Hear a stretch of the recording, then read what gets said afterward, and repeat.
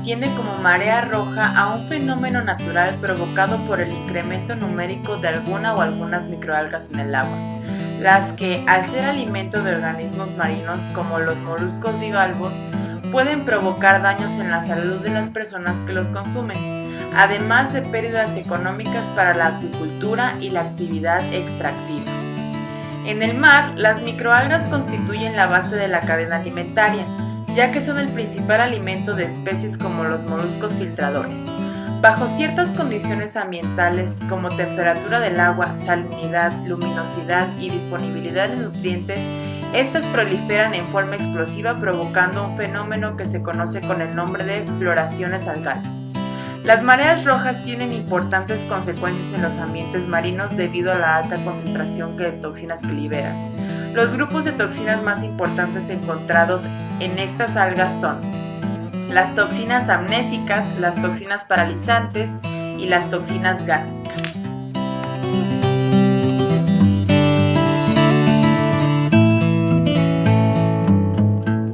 Taxonomía de la marea roja.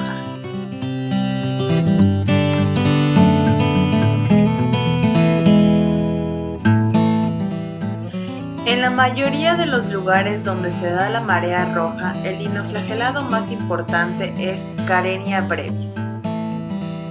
Karenia brevis, reino Chromalveolata, filo Dinoflagelata, clase Dinophyceae, género Karenia, especie Karenia brevis.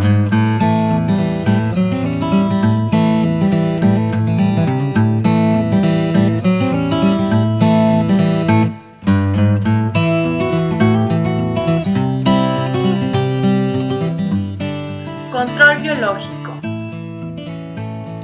Estos incluyen copópedos y ciliados que consumen algas y dinoflagelados, y algunos parásitos, virus y bacterias que son prometedores como agentes de control debido a que son abundantes en ecosistemas acuáticos y marinos, y tienen tasas de reproducción altas.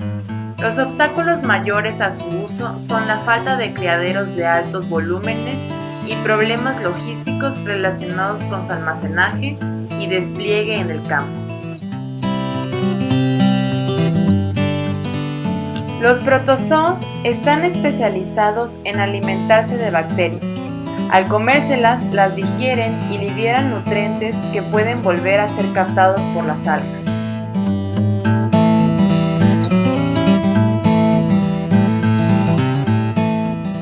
Por otro lado están los copépodos, que son pequeños crustáceos que ya son algo más grandes, algunos incluso visibles a simple vista, y sus larvas se llaman nauplis.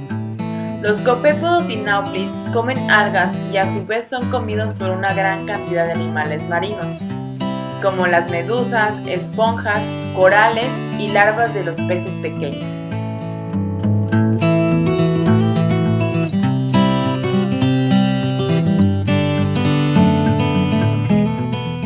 Los copépodos son también consumidores primarios y secundarios en la base de cadenas alimenticias acuáticas, haciendo disponible la materia orgánica a niveles tróficos superiores. Tienen un papel muy importante en el clima del planeta, ya que los gases que producen entran en intercambio directo con la atmósfera. Cualquier cambio que se produzca en el mar los afectaría grandemente, puesto que se encuentran en la base de la cadena alimenticia.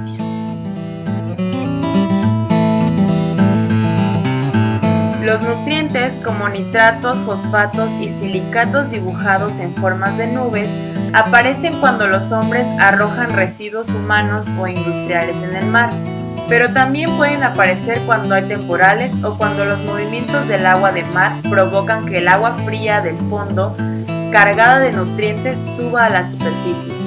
A menudo, cuando las algas están empezando a crecer, muchas bacterias están inactivas o en reposo y tardan un poco en ponerse al punto.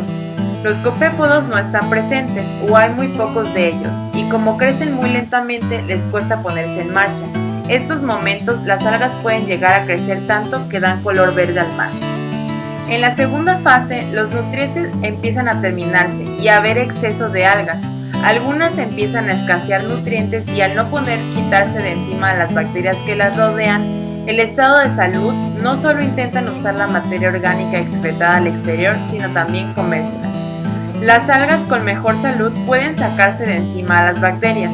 Los protozoos están comiendo muchas bacterias y por tanto cada vez hay más. Las náuplis de los copépodos empiezan a comerse algunas algas y protozoos. Se encontraron que los copépodos en las lagunas costeras del noreste de México representaron entre un 70 y 95% de la composición general del zooplancton. Los copépodos están clasificados en 8 órdenes.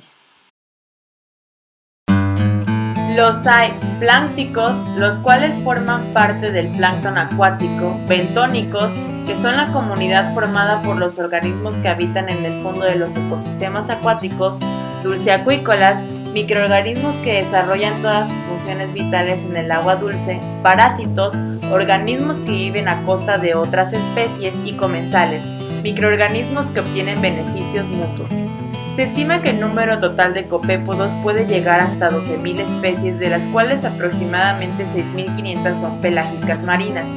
Concretamente, estos mesoparásitos desarrollan ciclos de vida con hospedadores secundarios y terciarios, afectando a cetáceos, peces y moluscos principalmente.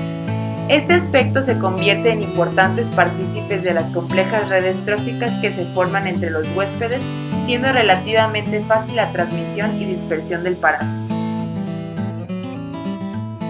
Taxonomía de los copépodos. Los copépodos con su clase Copépoda, y en este caso utilizamos el orden Misophryoida, con la familia Misophridae,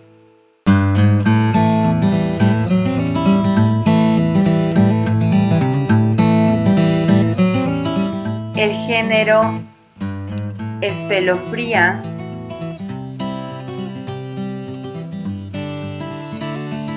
y la especie Spelophrya vivexella. Los copépodos sufren varios cambios morfológicos en su desarrollo, pasando por 6 etapas de nauplio y 5 en copépoditos, antes de llegar al copépodo adulto, lo que dificulta la identificación de especies.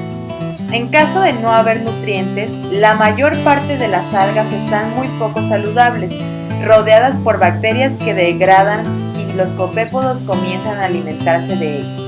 A menudo, las propias algas se agrupan formando partículas que se van hacia el fondo y que cuando están nadando a veces se pueden observar.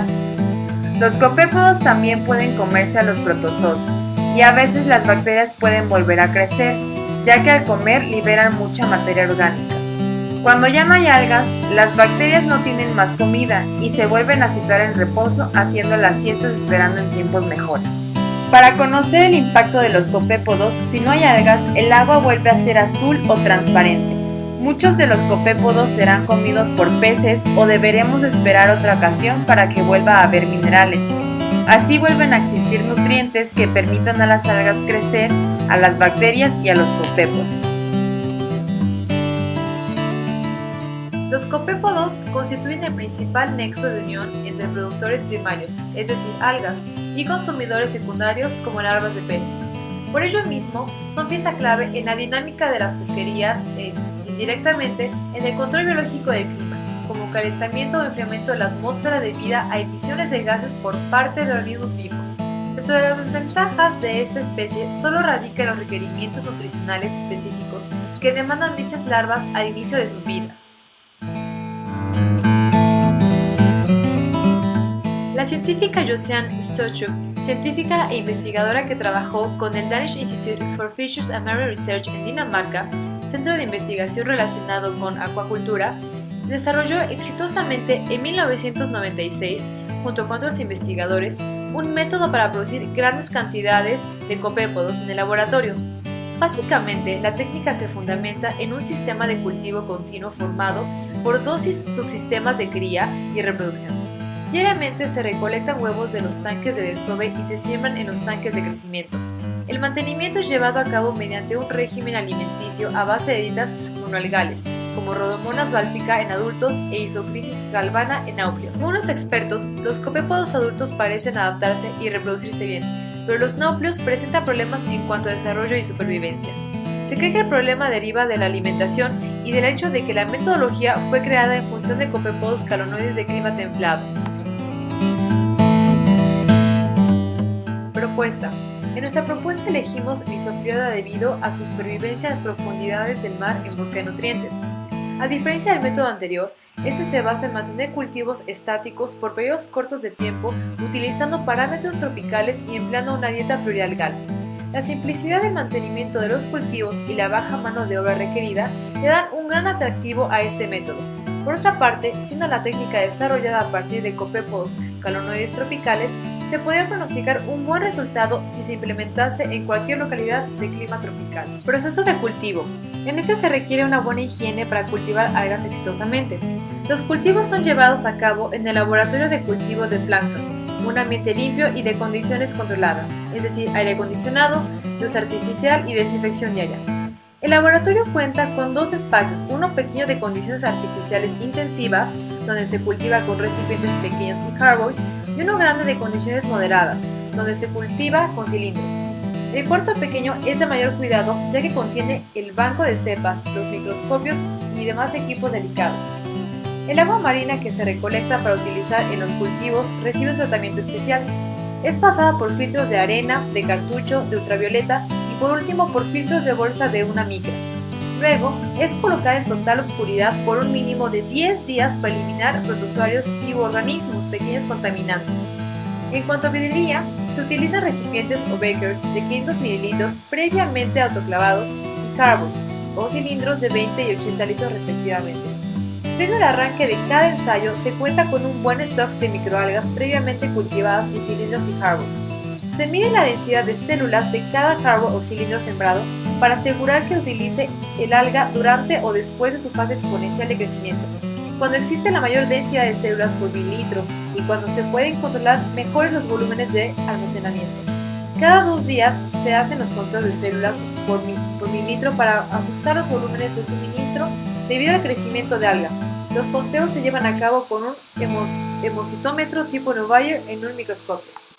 Descripción de la recolecta. Se recolectan muestras en cubos de 20 litros utilizando una red de arrastre de alta densidad. Se implementan 5 arrastres horizontales por cubo. Cada arrastre tiene una duración aproximada de 2 minutos, dependiendo de la turbidez del agua. Los cubos son previamente llenados con aproximadamente 15 litros del agua del estero con el propósito de no depositar las muestras en seco.